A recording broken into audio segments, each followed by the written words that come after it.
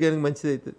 ఇప్పుడు ఆ పార్టీ నేత హరీష్ కూడా నిన్న మాట్లాడుతూ ఇక్కడ మేమేమి డబ్బులు కట్టలతో దొరకలేదు, మేమేమి జైలుకి వెళ్ళడానికి, ఇది ఈ కేసును అనవసరంగా మీరు పక్కదావ పట్టిస్తున్నారు, దీంట్లో విచారణ మాత్రమే చేయమని చెప్పింది, ఎవరు దోషని ఇంకా తేలలేదు కదా, ఎందుకు దీన్ని రాంగ్ ట్రాక్లో తీసుకెళ్తున్నారని అడుగుతున్నారని.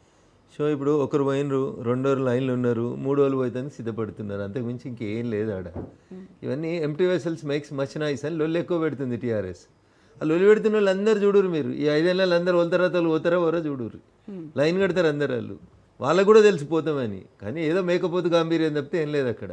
పైకి వచ్చి ఇట్లా మాట్లాడుతున్నారు, వెనకకెళ్ళి వచ్చి మా మీద కేసులు పెట్టకూరు, మా మీద కేసులు పెట్టకూరు అని బతిలాడుకుంటారు వాళ్ళంతా. కడిగిన ముత్యాలుగా మీరు కాదు అది చెప్పాల్సింది, కోర్టు చెప్పాలి ఎవరు మంచి ఎవరు చెడ్డ అనేది కోర్టు చెప్పాలి. చెప్పేదాకా ఓపిక పట్టుర్రి. అదే కోర్టు ఇన్వెస్టిగేషన్ చేయమన్నది, ఇన్వెస్టిగేషన్ సహకరించమన్నది.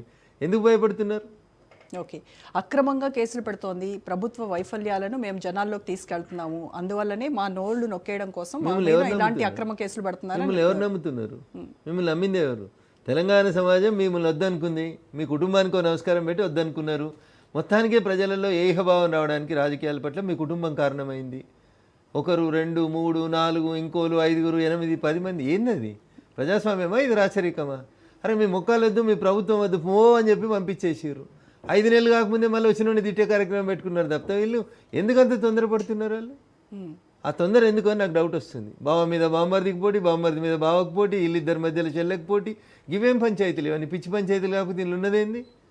ప్రజలు అలా కోట్లు వేసిర్రు, మా కోట్లు వేసిర్రు, కేంద్రంలో 5 ఏళ్ళు ఉండమన్నారు, ఓపిక ఉండొచ్చు కదా, తెల్లారి నుంచే మొదలు పెట్టిర్రండి. వీళ్ళకేమన్నా ఉందా? 4,000 రూపాయలు నిరుద్యోగ భృతి ఇస్తామని చెప్పి 10 ఏళ్ళు అధికారంలో ఉండి 4,000 నిరుద్యోగ భృతి ఏనాడు వచ్చి ఇలా ఏమైంది నిరుద్యోగులకు అన్యాయమైందని చెప్తున్నాడు.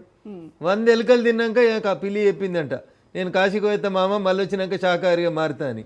అట్లుంది హరీష్ రావు మాటలు, కేటీఆర్ గారి మాటలు. 10 ఏళ్ళు మీదే అధికారం, మీరే కొల్లులు ఇయ్యలే, మీరే నిరుద్యోగ భృతి ఇయ్యలే, మీరే రైతులకు 1,00,000 రూపాయలు రుణమాఫీ చేయలేదు, మీరే 1,00,000 ఎకరాలకి నీళ్ళు ఇస్తామని చెప్పి ప్రతి నియోజకవర్గంలో ఇయ్యలేదు. మీరు చేసినవి చదవాలంటే చానున్నాయి కదా. 10 ఏళ్ళ పాపాలకి 10 నెలలు కాకముందే ఎందుకు ఇంత ఎగిరిపడతా ఉన్నారు వీళ్ళు? మరి మీరు 10 ఏళ్ల పాలన గురించి, వాళ్ళు చేయనటువంటి హామీలు, నెరవేర్చినటువంటి హామీల గురించి మాట్లాడుతున్నారు.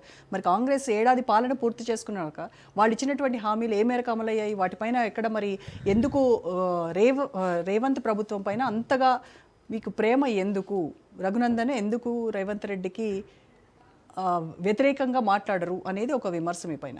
రఘునందన్ రావు మాట్లాడినట్టుగా ఎవరికి మాట్లాడరాదు.